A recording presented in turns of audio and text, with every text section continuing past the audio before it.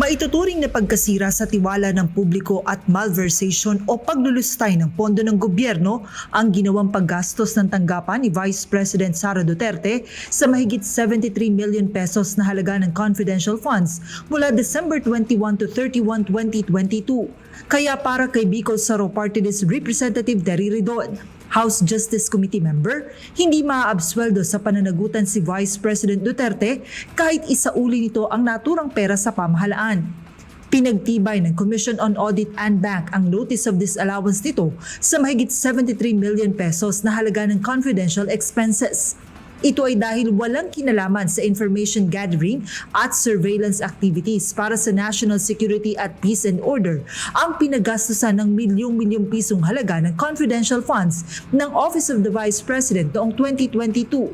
Giit pa ng COA, official receipts o sales invoices dapat at hindi sapat ang isinumiting acknowledgement receipts ng OVP para sa 3.5 million pesos na halaga ng confidential funds na ipinambili ng mga lamesa, upuan, desktop computers at printers. Firstly, kahit kung magsoli ka ng 73 million, malversation has still been committed hindi ba?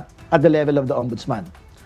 Even if you return 73 million, an impeachable offense has still been committed as far as the impeachment is concerned. It was still a betrayal of public trust. So, ibig sabihin, hindi ho nako-cure ng returning of an amount of money yung pong mga pagkakasala under the Office of the Ombudsman and under impeachment proceedings. Sa petisyon ng kampo ni VP Duterte sa Notice of Disallowance ng COA, iginiit nitong nalabag ang kanilang karapatan sa due process.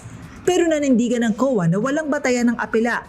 Samantala si House Deputy Speaker at Lanao del Sur 1st District Representative Paulo Ortega, iginiit na dapat isauli na ni VP Duterte ang pondo.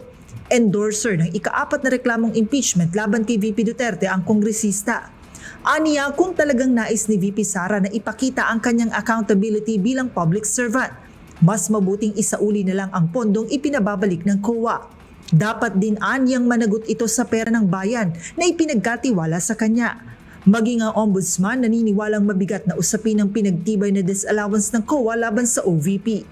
In terms of probative value, matimbang ho yun. Joanano, UNTV News and Rescue. Diyos ang aming sandigan, serbisyo publiko ang aming pinahalagahan.